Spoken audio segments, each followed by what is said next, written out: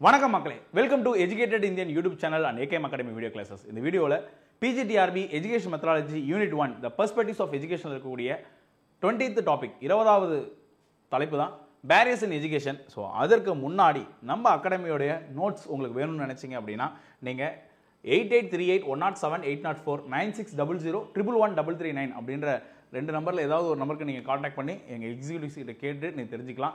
இல்லை சார் டேரெக்டாக நான் பே பண்ணி வாங்கிக்கிறேன் அப்படின்னாலும் நீங்கள் டிஸ்கிரிப்ஷனில் உங்களுக்கு டீட்டெயில்ஸ் கொடுத்துருக்கோம், அதை ஃபாலோ பண்ணிக்கலாம். ஓகேங்களா? So let's get into the topic. Barriers in education, தடைகள், கல்வியில் கற்பதற்கான தடைகள் என்னென்ன அப்படின்றது. தடை அதை உடை ஒரு சரித்திடம் படைத்திட அப்படின்லாம் நம்ம படிக்கிற பாட்டு பாடுறாங்களே, அதுதான். கல்வி என்பது யுனெஸ்கோவின் கூற்றுப்படி மனித வளர்ச்சியின் ஆழமான மற்றும் இணக்கமான வடிவத்தை வளர்ப்பதற்கும் அதன் மூலம் வறுமை, ஒதுக்கல், அறியாமை, அடக்குமுறை மற்றும் போரை குறைப்பதற்கும் கிடைக்கும் முக்கிய வழிமுறைகளில் ஒன்று. கல்வினா என்ன அப்படின்னு யுனெஸ்கோவுடைய டெஃபினேஷன் இதுதான். இதெல்லாம் தெரிஞ்சுக்கோங்க. கட்டாயமாக கொஸ்டின் வந்து கொஞ்சம் ஸ்டாண்டர்டாக வைக்கிறாங்க அப்படின்னா இதெல்லாம் கேட்பாங்க. இப்போ ஆனந்தராஜ் என்ன கல்வியை பற்றி நினைக்கிறாருலாம் கேட்க போகிறது கிடையாது. யுனெஸ்கோ மாதிரி இருக்கக்கூடிய நிறுவனங்கள் உலகம் முழுவதும் ஏற்றுக்கொள்ளக்கூடிய ஒரு ஸ்டேட்மெண்ட் எல்லாம் கண்டிப்பாக கேட்பாங்க. கல்வி என்பது இதுதான் அப்படின்னு சொல்றாங்க. மனிதனுடைய அறியாமை, மனிதனுடைய வறுமை, மனிதனுடைய பிரச்சனைகளை தீர்க்கக்கூடிய ஒரு வழி அப்படின்னா அது கல்வி தான். ரொம்ப முக்கியங்க. ஏன்னா இன்னைக்கு நம்ம வந்து பார்த்தீங்க அப்படின்னா நம்ம சின்ன பிள்ளைலாம் இருக்கிறப்போ தண்ணிலாம் நம்ம பியூரிஃபைடு வாட்டர்லாம் குடிச்சது கிடையாது. ஓகேங்களா? ஐ மீன் 80s 90s கிட்ஸ் எல்லாருமே. ஆனால் இன்றைக்கி எல்லாருமே என்ன பண்ணுறோம் அப்படின்னா தண்ணியை வந்து பியூரிஃபைடு வாட்டர் வாங்கிக்கிறோம். ஒரு பியூரிஃபைடு வச்சிடறோம், அப்படி இல்லைன்னா லைக் கேன் தண்ணி வாங்கி குடிக்கிறோம். அப்போ அதுக்கே ஒரு தொகையை நம்ம செலவு பண்ணுறோம். ஒரு குடும்பமும் அப்படின்னா குறைந்தபட்சம் 1.5 நாள் இல்லை 2 நாளுக்கு ஒரு கேன் தேவைப்படுதுன்னு வைப்போம், சமைக்கிறதுக்கு மட்டும். அப்போனா லைக் ஒரு 15 நாள் வச்சுக்கோங்க, 15 கேன் வாங்குறீங்கன்னு வைங்க மாதத்துக்கு. இப்போ அதுவே இன்ட்டு 40 அப்படின்னு போட்டிங்க அப்படின்னா 600 ரூபாய்க்கு மேலே வரும். ஓகேங்களா? அப்போது ஆடு மாடுலாம் எந்த தண்ணியை போய் குடிக்கும்? அப்போ ஃபியூச்சர் ஜென்ரேஷனில் இருக்கிறவங்க இதை சால்வ் பண்ணணும். ஒரு தலைமுறை பண்ண தவறை அடுத்த தலைமுறை வந்து அது சமன் செய்யணும். அப்போது அடுத்த தலைமுறை இதெல்லாம் சமன் செய்யணும் அப்படின்னா இயற்கையை நம்ம புரிஞ்சுக்கணும், சயின்ஸை புரிஞ்சுக்கணும், சோஷியலை புரிஞ்சுக்கணும், மனித பண்புகள் எப்படி வேலை, இன்டகிரேஷன் ரொம்ப தேவைப்படும். வந்து நீங்கள் உங்கள் பிள்ளைகளுக்கு சொல்லியே வளங்க.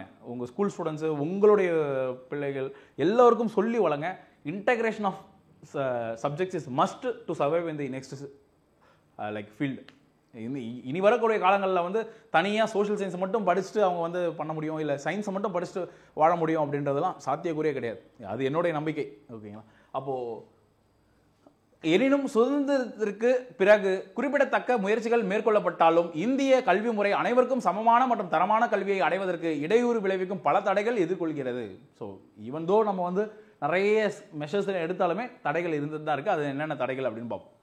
Classification of barriers in education. First வகைப்படுத்தணும் என்னென்ன தடைகள் அப்படின்னா. முறைமை சார்ந்த தடைகள், சிஸ்டமிக் பேரியர்ஸ் அப்படின்னா ஃபர்ஸ்ட் பாலிசி இம்ப்ளிமெண்டேஷன் கேப்ஸ். இந்த கவர்மெண்ட் சைடில் என்னென்ன பிரச்சனை அப்படின்னா கொள்கை அமலாக்க இடைவெளிகள் கண்டிப்பாக இருக்குது. பேப்பரில் சூப்பராக இருக்கும், எல்லாம் பக்காவாக கொடுத்துருப்பாங்க, ஆனால் செயல்படுத்துறதுல ஒன்றுமே இருக்காது. அந்த மாதிரி பிரச்சனை. கொள்கை அறிவிப்புக்கும் அமலாக்க யுக்திகளுக்கும் இடையிலான இடைவெளி. ஓகேங்களா? இப்போது நீங்கள் வந்து பேங்க்கில் போயிட்டு எஜுகேஷன் லோன்லாம் கேட்டு பாருங்கள், வந்து சொல்கிறாங்க, அவங்க சொல்லிட்டாங்க ஃபைனான்ஸ் மினிஸ்டரு நாளைக்கு நாங்கள் தானே ரெக்கவர் பண்ணோம் அப்படிலாம் திட்டுவாங்க. அப்போது அறிவிப்பு ஒன்றா இருக்கும், செயல்படுத்துறது வேறு மாதிரி இருக்கும். அமலாக்க நிறுவனங்களுக்கு இடையில் ஒருங்கிணைப்பு இல்லாமை. ஒவ்வொரு நிறுவனங்களுக்கும் ஒருங்கிணைப்பு இருக்காது. இப்போது எஸ்எஸ்ஏக்கும் ஆர்எம்எஸ்ஏக்கும் ஒரு ஒருங்கிணைப்பு இல்லை. அவங்க என்ன சொல்கிறாங்க, எஸ்எஸ்ஏல ஒழுங்காக சொல்லி கொடுத்துருந்தா நாங்கள் வந்து ஏன் இந்த மாதிரி இருக்க போகுது அப்படின்னு இவங்க லைக் ஆர்எம்எஸ்ஏ வந்து சொல்லுவாங்க. இப்போ இந்த இடைநிற்றல் குறைபாடுகளை தான் நம்ம வந்து சமகர சிக்ஷாவில் வந்து நீக்கிறாங்க. போதுமான வள ஒதுக்கீடு இல்லாமை. நல்லா சொல்லிட்டு தேன் மாதிரி காதில் சொல்லிட்டு கடைசியில் காசு தான்ப்பா இல்லை அப்படின்னாங்கன்னா எப்படி இருக்கும்? மத்திய மற்றும் மாநில அரசுகளிடையே மோசமான ஒருங்கிணைப்பு. அரசியல் காரணங்களுக்காக அவங்க 2 பேருக்கும் இன்ட்ராக்ஷன்ஸ். இப்போ பார்த்தீங்கன்னா தமிழ்நாடுக்கு வந்து சமகர சிக்ஷா ப்ரோக்ராமில் வரக்கூடிய, ஏன்னா நம்ம நெப்பு 2020 இம்ப்ளிமெண்ட் பண்ணல, அதனால நமக்கு 2100 கோடி மத்திய அரசு தரமாட்டேன்னு சொல்லிட்டாங்க. அப்போது அந்த முரண்பாடுகள் ஏற்படுறதுனால பிரச்சனை ஏற்படுது. அடுத்து இன்ஃப்ராஸ்ட்ரக்சர் டெஃபிஷியன்சி, கட்டமைப்பு குறைபாடுகள். முக்கிய பிரச்சனைகள் என்னென்ன கட்டமைப்பில் குறைபாடுகள் இருக்குது அப்படின்னா போதுமான பள்ளி கட்டிடங்கள் மற்றும் வகுப்பறைகள் இல்லாமை.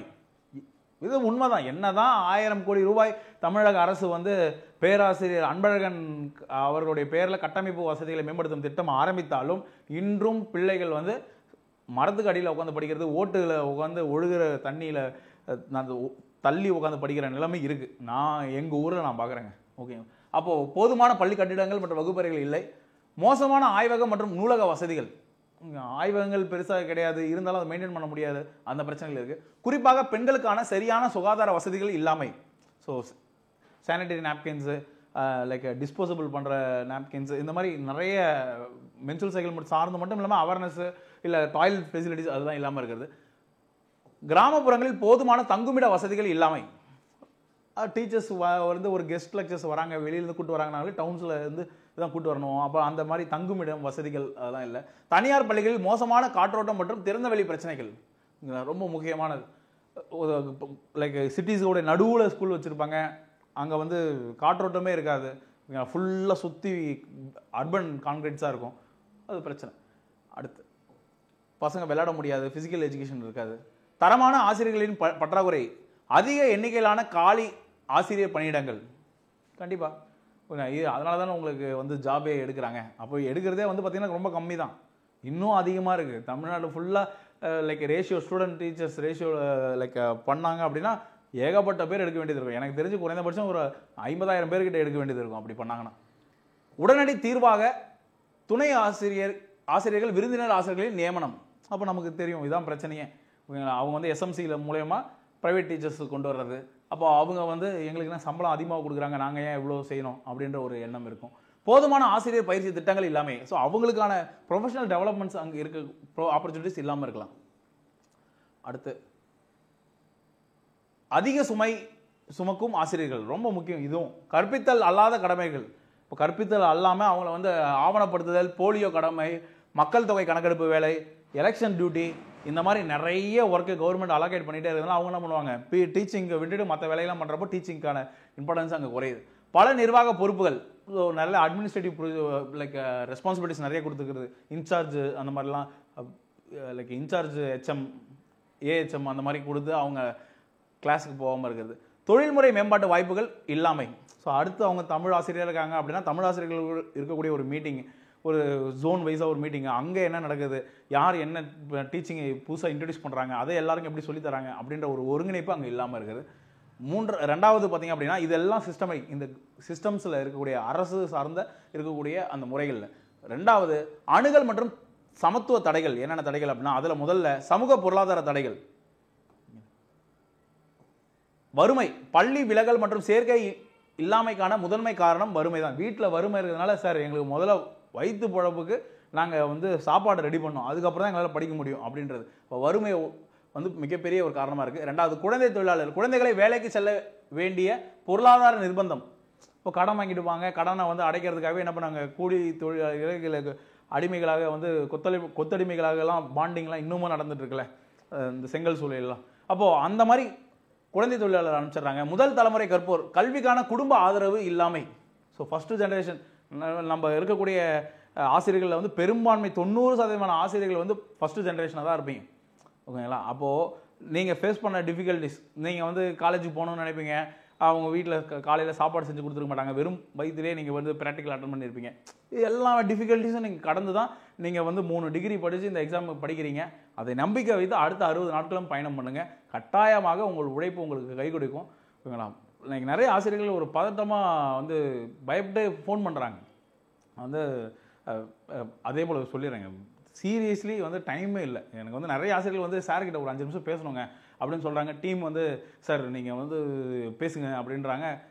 லிட்ரலி பார்த்திங்க அப்படின்னா ஷேவ் பண்ணுறது கூட டைம் இல்லாமல் சுற்றினுக்கிறேன். நாங்கள் ஒரு 3 நாளாக நானும் வந்து சலூனுக்கு ஃபோன் பண்ணி அப்பாயின்மெண்ட்லாம் சொல்லிடுறேன். பட் போக முடியாத சுச்சுவேஷனில் இருக்குன்னு வைக்கலாம். எல்லோருக்கும் அந்த க்ரன்ச் இருக்குது, டைம் க்ரன்ச்சுன்னு இருக்குது. நிறைய ஆசிரியர்கள் வந்து அதனாலேயே வந்து வீடியோஸ் எல்லாம் வந்து ரொம்ப ஷார்ட் பீரியடில் பார்க்க வேண்டியதாக இருக்குது சார் அப்படிலாம் சொல்கிறீங்க. Let have hope and carry on. Like அதுதான் நம்மக்கிட்ட இருக்கக்கூடிய ஒரே வாய்ப்பு. உழைப்பு நேரம் மட்டும் தான் நம்மக்கிட்ட இருக்குது, வேறு எதுவுமே இங்கே சமம் கிடையாது. ஓகேங்களா? அப்போது நம்ம உழைப்பை நம்பி நம்ம பண்ணோம் அப்படின்னா நமக்கு கண்டிப்பாக கிடைக்கும். அப்போ அது ஒரு பிரச்சனையாக இருக்குது. சாதி அடிப்படையிலான பாகுபாடு, எஸ்சி எஸ்டி மாணவர்களை குறிப்பிடத்தக்க அளவில் பாதித்தல். ஓகேங்களா? பெரும்பாலும் அளவுக்கு சாதி அடிப்படையிலான ஒரு பார்வையும் அது ஒரு பாகுபாடாக இருக்குது. அடுத்து பாலின அடிப்படையிலான தடைகள். ரெண்டாவது வந்து அது வந்து சமூக பொருளாதார தடைகள், இது வந்து பாலியல் அடிப்படையிலான தடைகள். கலாச்சார காரணிகள், பர்தா முறை, சிறு வயது திருமணம், இந்த மாதிரி. அப்போ அது வந்து ஒரு காரணம் பெண்கள் வந்து படிக்க இல்லாமல் இருக்கிறதுக்கு. பாதுகாப்பு கவலைகள், பெண்களுக்கான தனி வசதிகள் இல்லாமல். ஒரு பெண் பிள்ளையை வந்து நம்ம வந்து ஏதாவது ஒரு பேப்பர் ப்ரெசன்டேஷன், போஸ்ட் ப்ரெசன்டேஷன் வெளியூருக்கு அனுப்புறதுனா பயம். அங்கே எங்கே போய் தங்குவேன், யாரை போய் பார்ப்பேன், எத்தனை மணிக்கு, காலையில் 5 மணிக்கு போனால் அந்த இருட்டில் என்ன பண்ணுவேன், அது ஒரு கவலையாக இருக்கும். வீட்டு பொறுப்புகள், வீட்டு வேலைகளால் சுமை சுமக்கும் பெண்கள் ரொம்ப முக்கியம். வேலைகள் அதிகமாக இருக்குது, குழந்தைகளாக இருந்தாங்க அப்படின்னா ரொம்ப முக்கியமான ஒரு விஷயம். குழந்தைகள் அதுக்கு முன்னாடி இந்த நான் மகாநல்லன்னு ஒரு படம் இருக்குங்க. அதில் வந்து ஒரு சீன் வரும். கார்த்தி வந்து ஜாலியாக இருப்பாப்புல. ஒரு கட்டத்தில் வந்து அவங்க அப்பாவுக்கு அடிபட்டுரும். லைக் அப்போ வந்து அவர் வந்து ஃபேமிலி இன்சார்ஜ் எடுத்து பண்ண வேண்டியது இருக்கும். அப்போ வந்து ஒரு டீ கடையில் வந்து நிற்பாங்க. சூரி வருவாப்புல. ஒருத்தர் வந்து லுங்கி கட்டிக்கிட்டு லைக் நடந்து போவார். அப்போ வந்து அவர் வந்து ஆனால் வணக்கண்ணே அப்படின்பாரு. கார்த்தி ஹீரோ சொல்லுவார். இன்னொருத்தர் சூரிய வந்து கேட்பார், அவன் ஒரு ஆள், அவனுக்கெல்லாம் வணக்கம் வைக்கிற அப்படின்னு. அப்போது கார்த்தி சொல்லுவார், டேய் குடும்பஸ்தான்டா அப்படின்பாங்க. அப்போ அது பார்க்குறப்போ என்ன பெரிய குடும்பஸ்தன், 13 பருவத்தில் பார்க்குறப்போ என்ன பெரிய குடும்பஸ்தன் என்னென்ன. ஆனாங்க இன்னைக்கு அந்த சீனை பார்த்தா அதெல்லாம் ஒரு தெய்வீகமான ஒரு சீன் இல்லை அப்படின்றது. அப்போது அவ்வளோ கமிட்மெண்ட்ஸ், அவ்வளோ பொறுப்புகள் இருந்தும் நீங்கள் படிக்கிறீங்க அப்படின்னா உங்களுக்கு கிடைக்காம யாருக்கு கிடைக்க போகுது பாருங்கள். அடுத்து ஜாகிரபிக் பேரியர்ஸ், புவியியல் தடைகள் பாருங்கள். புவியியல் தடைகள் என்ன அப்படின்னா கிராமப்புற நகர்ப்புற வேறுபாடு. நகர்ப்புறத்தில் வந்து பள்ளிகள் அக்சசிபிலிட்டி இருக்கும், பக்கத்தில் 10 ரூபா கொடுத்து ஆட்டோவில் கொண்டு போய் கொடுத்துருவாங்க, ஐ மீன் ஷேர் ஆட்டோவில். ஆனால் கிராமங்கள் அப்படி கிடையாது. கிராமப்புறங்களில் தரம் குறைந்த கல்வி பெரிய பிரச்சனை. வரையறுக்கப்பட்ட கட்டமைப்பு மற்றும் வசதிகள் இவ்வளவு தான் இருக்கும், அதுக்குள்ளே எல்லாமே இருக்கணுன்ற ஒரு பிரச்சனை. சிறந்த கல்விக்காக நகர்ப்புறங்களுக்கு இடம்பெயர்தல். அப்போது குட் குவாலிட்டி எஜுகேஷன்னா அவங்க நகர்ப்புறத்தில் வந்தால் தான் அவங்களுக்கு எல்லாமே கிடைக்கும் அப்படின்றதுக்காக. அடுத்து தொலைதூர இடப்பிரச்சனைகள், நடைபயண தூரத்தில் பள்ளிகள் இல்லாமை. தூரமாக இருக்கிறதுனால வந்து நடந்து போகிற, அப்போது ஆட்டோ ஷேர் ஆட்டோவில் போகிறது, இந்த மாதிரி பைக் எடுத்துகிட்டு போகிறதெல்லாம் அதுக்கு பெட்ரோல் செலவு எல்லாமே இருக்குது. கடினமான நிலப்பரப்பு மற்றும் போக்குவரத்து பிரச்சனைகள். டெரைன்ஸ் வந்து மாறுபட்டு இருந்துச்சு அப்படின்னா பஸ் எல்லாம் வந்து வர்றது, மழை பெஞ்சால் லீவு விடணும் கட்டாயமாக, அந்த மாதிரி பிரச்சனைகள். தகவல் தொடர்பு வசதிகள் இல்லாமை.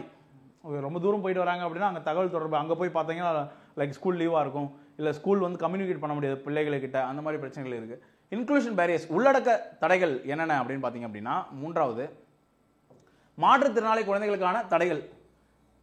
கட்டமைப்பு தடைகள், எலும்பியல் குறைபாடு உள்ளவர்களுக்கான சாய்வு பாதைகள் இல்லாமை, ரேம்ஸ் இல்லாமல் இருக்குது கட்டமைப்பில்.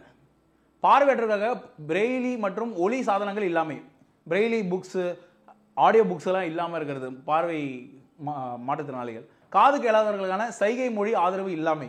ஸோ டீச்சர்ஸ்க்கு வந்து சைன் லாங்குவேஜஸ் பெருசாக தெரியாது, அப்போ அதுக்கான டீச்சர்ஸ் தேவைப்படுவாங்க. ஆட்டிடியூட் பேரியர்ஸில் வந்து அணுகுமுறை தடைகள், மாற்றுத்திறனாளி குழந்தைகள் பற்றிய எதிர்மறை நிலைப்பாடுகள். ஸோ மாற்றுத்திறனாளி குழந்தைகளாவே அவங்க வந்து ஸ்லோ லேர்னர்ஸ் தான் இருப்பாங்க, அவங்களால தான் பெருசாக சாதிக்க முடியாது அப்படின்ற ஒரு எண்ணம். ஆசிரியர்கள் மற்றும் சக மாணவர்களிடையே உணர்வு பூர்வ அணுகுமுறை இல்லாமை. அவங்களுக்கு என்ன சொல்லிடுவாங்க அப்படின்றது, சில வார்த்தைகள்லாம் சொல்லிட்டாங்கன்னா அவங்க காயப்பட்டுருவாங்க, அதெல்லாம் தெரியாமல் நம்ம வந்து ஒரு காமெடி பண்ணுறது. யாராவது ஒரு பையனுக்கு அடிபட்டு வந்துச்சு அப்படின்னா, நீ என்னடா அவனை மாதிரி இப்படி நடக்கிற அப்படின்னு நம்ம இப்படி சொல்லிட்டோம் அப்படின்னா அவங்களுக்கு அஃபெக்ட் ஆகிடும். ஸோ இந்த ஆட்டிடியூட்ஸில் தடைகள், அவங்க வந்து அப்புறம் நான் ஸ்கூலுக்கே போக மாட்டேன் அப்படின்லான்றாங்க. மாற்றுத்திறனாளி குழந்தைகளை பள்ளிக்கு அனுப்ப பெற்றோர்களின் தயக்கம். ஏன் என் பிள்ளை போய் கஷ்டப்படணும், இந்த பிறவியில் இப்படி பிறந்துச்சு அப்படின்னு அவங்களே என்ன பண்ணுவாங்க, கஷ்டப்பட்டு குழந்தை வந்து அழுதுச்சு அப்படின்னா ஸ்கூலை விட்டு நிறுத்திடுவாங்க. ஓகேங்களா, எங்கள் ஊர்லலாம் அந்த மாதிரிலாம் நிறைய நடக்கும். வந்து 4th படிக்கிறப்போ பையன், என் வயசு பசங்கள்லாம் வந்து நிறைய பேர், என் வயசு பசங்களில் வந்து டிகிரி முடிச்சது நான் ஒருத்தன் தான், புரியுதுங்களா. ஏன் அப்படின்னா எல்லாருமே ஸ்கூல்லே நின்ட்டாங்க அப்படின்னா காரணங்கள் இந்த மாதிரி தான். உனக்கு கண்ணாடி போட்டிருப்பாங்க, ஸ்கூலில் வந்து எல்லாரும் கண்ணாடின்னு திட்டுறாங்க, என்னை வந்து கிண்டல் பண்ணுறாங்க, அப்படி நான் நின்றுறேன் அப்படின்னு நின்ட்டான். இன்னொருத்த வந்து சார் அடிக்கிறாரு, நான் நின்றுவேன் அப்படின்னு 4th 6th 8th அந்த மாதிரி. அப்போது அந்த மாதிரி பிரச்சனைகள். லிங்குவிஸ்டிக் பேரியர்ஸ், மொழியியல் தடைகள். 3 மொழி வாய்ப்பாட்டு பிரச்சனைகள், மாநிலங்களின் எதிர்ப்பு. உதாரணம் தமிழ்நாடு ஹிந்தியை எதிர்ப்பது. இப்போது லைக் அவங்க வந்து 3 மொழி கற்றுக்கோங்க அப்படின்றாங்க, தமிழ்நாடு எதிர்க்குது. எதுக்குங்க 3 மொழி, உள்நாட்டில் இருக்கிறதுக்கு தமிழ் மொழி, அயலகத்துக்கு போகிறோம் அப்படின்னா இங்கிலீஷு, இது போதுமே எங்களுக்கு. அது போக நம்ம வந்து வேறு எதனா சொல்லிக் கொடுக்கலாமே, அதுக்கு பதிலாக சயின்ஸ் அந்த டைமை வந்து பிள்ளைகளுக்கு வேறு சொல்லிக் கொடுக்கலாமே. வேணும்னா அவங்க கற்றுக்க போகிறாங்க நாளடைவில். இன்றைக்கி தான் டெக்னாலஜி இன்டகிரேஷன்ஸ் அதிகமாக ஆகிடுச்சு அப்படின்னு ஸ்டேட்ஸ் நினைக்கிறாங்க. சில மாநிலங்களில் பிராந்திய மொழிக்கான ஏற்பாடு இல்லாமை. லைக் அங்கே வந்து பார்த்திங்க அப்படின்னா பிராந்திய மொழிக்கான ஏற்பாடு இல்லாமல் இருக்கும். கற்பித்தல் ஊடக சர்ச்சைகள். லைக் கற்பித்தலில் வந்து பார்த்திங்க அப்படின்னா ஊடக சர்ச்சைகள் அப்படின்னா அவங்க சொல்லிக் கொடுக்குறதுல பிரச்சனைகள்லாம் இருக்கும். ஓகேங்களா, லைக் இன்டகிரேஷன்ஸ் வந்து ஊடக பிரச்சனைகள் அப்படின்னா ஆன்லைனில் சொல்லிக் கொடுக்குறது. இப்போது மகாராஷ்டிராவில் இருக்கக்கூடிய தமிழ் பிள்ளைகளுக்கு தமிழ் சொல்லித் தராங்க அப்படின்னா தமிழ் வாத்தியார் இல்லாமல் ஆன்லைனில் சொல்லித் தராங்க அப்படின்னா அந்த குழந்தைக்கு டவுட்ஸ் ஏற்பட்டுச்சு அப்படின்னா யார்கிட்ட கேட்கறது அப்படின்ற தடை. மல்டிலிங்குவல் சேலஞ்சஸ், பல்மொழி சவால்கள். இந்தியாவில் 1600க்கும் மேற்பட்ட மொழிகள் பேசப்படுதல், தாய்மொழிக்கும் அதிகாரப்பூர்வ மொழிக்கும் இடையிலான மோதல், உள்ளூர் மொழிகளில் கற்பித்தல் பொருட்களின் வரையறுக்கப்பட்ட கிடைக்கும் தன்மை. இது மாதிரி பல மொழி இருக்குது. இப்போ போஜ்புரி, லைக் நிறைய மொழிகள், மராத்தி லாங்குவேஜஸ்ஸு, ராஜஸ்தானி, இந்த மாதிரி நிறைய லாங்குவேஜஸில் அவங்களுக்குள்ளே ஹிந்தியை எதிர்க்க ஆரம்பிக்கிறாங்க. எங்கள் மொழியெலாம் அழிஞ்சு போச்சு அப்படின்லாம் சொல்கிறாங்க. அப்போ அந்த பிரச்சனைகள். டியில் பார்த்திங்க அப்படின்னா தர சார்ந்த தடைகள், குவாலிட்டி ரிலேட்டட் பேரியர்ஸ். ஃபர்ஸ்ட் கற்றல் விளைவு குறைபாடுகள், இங்கிலீஷ் மீடியம் ஃபாலோ பண்ணிக்கோங்க. மோசமான கல்வி சாதனை. ஏசர் 2018 தரவு, வகுப்பு 5 மாணவர்களில் 50% மட்டுமே வகுப்பு 2 பாடங்களை படிக்க முடியும் அப்படின்னே சொல்கிறாங்க. ஸோ ஏசரில் வந்து ஆனுவல் ஸ்கூல் எஜுகேஷன் ரிப்போர்ட்டில் வந்து அது ஒரு ப்ரைவேட் ஆர்கனைசேஷன் பண்ணுவாங்க.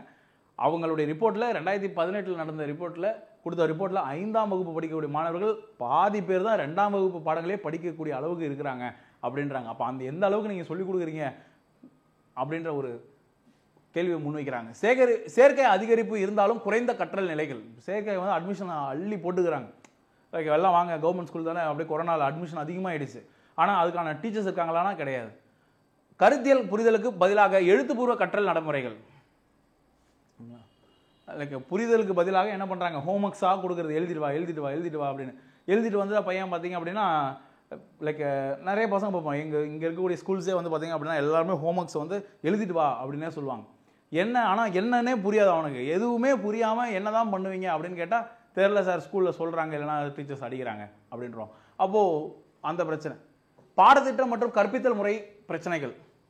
பாரம்பரிய கற்பித்தல் முறைகள், ஓகேங்களா, லைக் பாரம்பரியமாக இப்படி தான் சொல்லு, இப்படி உட்காரு, நீ ஏன் பேசுகிற, டவுட் எதனா கேட்குறாங்கன்னா நான் பேசுகிறப்போ நீ ஏன் குறுக்கல பேசுகிற. இன்றைக்கி மாறிடுச்சுங்க. இன்றைக்கி எல்லாமே அப்படி. இன்றைக்கி எல்லாருக்குமே ஆப்ஷன்ஸ் இருக்குது. எல்லோருக்குமே வந்து கருத்து சுதந்திரம் வந்து அவனுக்கு புரியுது. அப்போ அதை ஏற்றுக்கொள்ள வேண்டிய கடமையில் நம்ம இருக்கிறோம். நடைமுறை மற்றும் தொழில்சார் நோக்கு நிலை இல்லாமை, ஓகேங்களா, லைக் ப்ராக்டிக்கல் அண்ட் அப்ளிகேஷன் நாலேஜே இல்லாமல். லைக் அவங்க சொல்லிக் கொடுக்கணும் வந்து இப்படி இருந்தால் இப்படி நடக்கும் அப்படின்னு. இப்போ மேட்ரிக்ஸ்லாம் வந்து பார்த்திங்க அப்படின்னா சொல்லிக் கொடுக்குறப்போ எதுக்குன்னே தெரியாது. அப்போ நான் மேட்ரிக்ஸ் படிக்கிறப்போ எதுக்குன்னே தெரியாமல் தான் படித்தேன். ஆனால் ஒன்ஸ் அதை பற்றி தெரிஞ்சுக்கிறப்ப தான் நம்ம ஃபோட்டோ சைஸ் ரிடக்ஷன் பண்ணுறது, ஆல்டர் பண்ணுறது, வீடியோஸில் வந்து லைக் அலைன்மெண்ட்ஸ் பண்ணுறது, இது எல்லாமே மேட்ரிக்ஸால் தான் நடக்கும். அப்போது அந்த மாதிரி ப்ராக்டிக்கல் நாலேஜ் பற்றி சொல்லிக் கொடுக்குறது இல்லாமல், கற்பித்தல் தொழில்நுட்பத்தின் போதுமான பயன்பாடு இல்லாமை, lack of inadequate use of technology in teaching. இன்னமும் வந்து லைக் ஒயிட் போர்டு சாக் பீஸை வச்சு நம்ம பிளாக் போர்டு சாக் பீஸில் வச்சு நம்ம பண்ணிட்டு போயிடலாம் அப்படின்றது. அப்படி இல்லாமல் நம்ம வந்து ப்ரொஜெக்ஷன்ஸில் வந்து அவங்களுக்கு படம் போட்டு காமிக்கிறது, டீச்சிங் மெத்தட்ஸ்லேயே இருக்கக்கூடிய லைவாக ஒரு இப்போ பாட்னியே எடுத்துக்கிட்டிங்க அப்படின்னா அந்த தாவரங்களை வந்து நம்ம டெய்லியும் பஸ்ஸில் பார்க்குறோம், வீட்டுக்கு நம்ம கண்ணுக்கு வெளியில் பார்த்து தான் இருக்கும். ஆனால் அதுவே நம்ம வந்து ஒரு வீடியோவில் காமிக்கிறப்போ அந்த இலை அப்படியே விரியறது, பூ வெளியே வர்றது, வண்டு வந்து உட்காருது, பாலினேஷன், இதெல்லாம் காமிக்கிறப்போ எப்படி இருக்கும், வாமா இல்லை அப்படின்ட்டு. அப்போது அந்த டெக்னாலஜிஸ் கொண்டு வரணும். Disconnect between curriculum and real life applications. பாடத்திட்டத்துக்கும் நிஜ வாழ்க்கை பயன்பாடுகளுக்கும் இடையிலான தொடர்பு இல்லாமை. நடத்திடுவாங்க, அதை படிச்சுக்கப்பா தம்பி அப்படின்ட்டு இல்லாமல் அதை அப்ளை பண்ணுறதுக்கு சொல்லிக் கொடுக்காமல் இருக்கிறது. ஃபினான்ஷியல் பேரியர்ஸ், நிதி தடைகள் என்னென்ன அப்படின்னா, ஃபஸ்ட்டு கட்டுப்படி ஆகும் தன்மை பிரச்சனைகள், அஃபோர்டபிலிட்டி இஷ்யூஸ். தனியார் நிறுவனங்களில் அதிக கட்டண கட்டமைப்பு, காசு அதிகமாக கேட்பாங்க, ஃபீஸு, கூடுதல் செலவுகள், சீருடை, புத்தகங்கள், போக்குவரத்து, இது எல்லாத்துக்கும் ஸ்பெண்ட் பண்ணுறக்கூடியது. அதனாலே வந்து பெரிய ஸ்கூல்ஸ்லாம் அனுப்ப போகிறது கிடையாது. இங்கே லோக்கல்லே என்னால் இவ்வளோ தான் அஃபோர்ட் பண்ண முடியும், இதை பண்ணிக்கப்பா அப்படின்றது. கல்வியின் வாய்ப்பு செலவு வெர்சஸ் உடனடி வருமானம். இப்போது அவனை படிக்க வச்சு அவன் பின்னாடி சம்பாதிக்கிறதுக்கு இப்போ வேலைக்கு அனுப்பிச்சா இன்றைக்கி எங்கள் குடும்பம் வந்து நல்லா ஆகிடுமே, இன்றைக்கி வந்து லைக் அவனை ஹையர் எஜுகேஷன் படிக்க வைக்கிறதுக்கு நான் நிலத்தை வாங்கி வச்சுருவேன், நாளைக்கு அவனுக்கு தானே அதை கொடுக்க போகிறேன் அப்படின்றது. ஓகேங்களா. அடுத்து போதுமான நிதி உதவி முறைகள் இல்லாமை. ஓகேங்களா. போதுமான நிதி உதவி முறைகள் அப்படின்னா ஸ்காலர்ஷிப்ஸ், கடன் வாங்கி லைக் பண்ணுறது, இது எல்லாருமே வந்து பெரும்பாலும் நீங்கள் கிராமப்புறத்துல தான் வந்திருப்பீங்க. ஓகேங்களா. அப்போ உங்களுக்கு இதெல்லாம் ஏற்கனவே தெரியும். ஆனால் என்னென்ன எங்கெங்கே வருதுன்னு மட்டும் தெரிஞ்சுக்கோங்க. அடுத்து ஃபண்டிங் கன்ஸ்ட்ரைன்ஸ், நிதி அளிப்பு கட்டுப்பாடுகள். அரசு செலவு பாருங்கள், இன்னும் ஜிடிபியில் 3% குறைவு. கோத்தாரி ஆணையம் 6% பரிந்துரைத்தது. ஸோ 1960s அவங்க வந்து 6% ஜிடிபியோடைய ஒட்டுமொத்த ஜிடிபியில் 6% எஜுகேஷனுக்கு செலவு பண்ணணுன்றாங்க. ஆனால் இன்னமும் நம்ம 3% தான் செலவு பண்ணிட்டு இருக்கோம். உயர்கல்வியில் போதுமான ஒன்றுக்கு செலவு இல்லாமை. உயர்கல்வியில் வந்து செலவு நம்ம வந்து ரொம்ப கம்மியாக பண்ணுறோம். கல்வி கட்டமைப்பில் வரையறுக்கப்பட்ட முதலீடு இவ்வளவு தான் நம்ம செலவு பண்ணணும் அப்படின்னு இருக்கோம். அது தேவை எவ்வளோ இருக்குது அதுக்கேற்ற மாதிரி நம்ம பண்ணுறது கிடையாது. மாநிலங்களுக்கு இடையில் வள ஒதுக்கீடு வேறுபாடுகள். இப்போ ஒவ்வொருத்தவங்க ஒவ்வொன்றுக்கு இன்ட்ரெஸ்ட் கொடுக்குறாங்க. இப்போ தமிழ்நாடு வந்து பார்த்திங்கன்னா கல்விக்கு அதிகமாக செலவு பண்ணுறாங்க. ஆனால் அதுவே உத்தரப்பிரதேசில் வந்து ஓரளவுக்கு தான் செலவு பண்ணுறாங்க. அப்போ அந்த வேறுபாடுகள் இருக்குது. Privatisation and commercialisation barriers. தனியார் மயமாக்கல் மற்றும் வணிகமயமாக்கலுடைய தடைகள் பாருங்கள். தனியார் மயமாக்கல் காரணமாக ஏற்படும் சமத்துவமின்மை. இரட்டை கல்வி முறை. பணக்காரர்கள் வெர்சஸ் ஏழை. பணக்காரர்கள் அது அவங்க இப்போ ஒரு ப்ரைவேட் ஸ்கூல் படிக்கிற பிள்ளை வந்து பார்த்திங்க அப்படின்னா 6ஆம் வகுப்பு பிள்ளை வேறு மாதிரி கற்றல் முறையில் இருக்கும், லைக் நாலேஜில் இருக்கும். கவர்மெண்ட் ஸ்கூலில் இருக்கக்கூடிய பிள்ளை வேறு மாதிரி இருக்கும். அப்போ அந்த லைக் டிஸ்கிரிமினேஷன்ஸ் அங்கே ஏற்படுது. தொழில்சார் பாடநெறிகளில் உதவி கட்டணம். லைக் உதவி கட்டணம் capitation fees in professional courses. Engineering மெடிக்கல்லாம் போகிறாங்க அப்படின்னா நல்ல காலேஜஸில் டொனேஷன் கொடுத்து போக வேண்டிய பிரச்சனை ஏற்படுது. அதனாலேயே நிறைய பேர் படிக்க முடியாமல் போயிடுறாங்க. பொருளாதாரத்தில் பலவீனமான பிரிவுகளில் அணுகலை பாதிக்கும் வணிகமயமாக்கல். நிறைய லைக் இது வந்து தமிழில் இங்கிலீஷில் பார்த்துறேன். Commercialization affecting access to for economically weaker sections. கல்வியை வந்து வியாபாரமாக மாற்றுறதுனால என்ன ஆகிடும் அப்படின்னா ஏழ்மையாக இருக்கக்கூடிய பிள்ளைகளால் பண்ண முடியாது. ஓகேங்களா? அது அடுத்து அரசு மற்றும் தனியார் நிறுவனங்களுக்கு இடையிலான தர வேறுபாடுகள். அஃப்கோர்ஸ் இன்ஃப்ராஸ்ட்ரக்சர், டீச்சிங்ஸ் எல்லாத்துலேயும் வந்து வேறுபாடுகள் இருக்கும். Next government initiatives to address barriers. தடைகளை நிவர்த்தி செய்ய அரசு முன்முயற்சிகள் என்னெல்லாம் பண்ணுறாங்க அப்படின்னு பாருங்கள். அணுகல் மற்றும் சேர்க்கை. ஓகேங்களா? ஃபர்ஸ்ட் சர்வ சிக்ஷா அபியான். உலகளாவிய ஆரம்ப கல்வி. எல்லோருக்கும் கல்வி. நீ காசு பற்றி கவலைப்படாத, நீ வந்து டிரான்ஸ்போர்ட்டை பற்றி கவலைப்படாத, எல்லாத்தையும் நாங்கள் அட்ரஸ் பண்ணி நாங்கள் வந்து கல்வி கொடுக்குறோம் அப்படின்னு கவர்மெண்ட் சொல்கிறாங்க.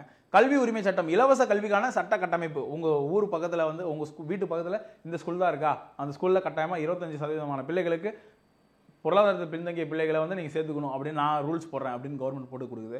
ராஷ்ட்ரிய மத்தியமிக் சிக்ஷா அபியான். இடைநிலை கல்வி விரிவாக்கம். ஸோ அது மட்டும் இல்லாமல் 8th வரைக்குமே நீ வந்து படிமா அப்படின்னு சொல்கிறாங்க.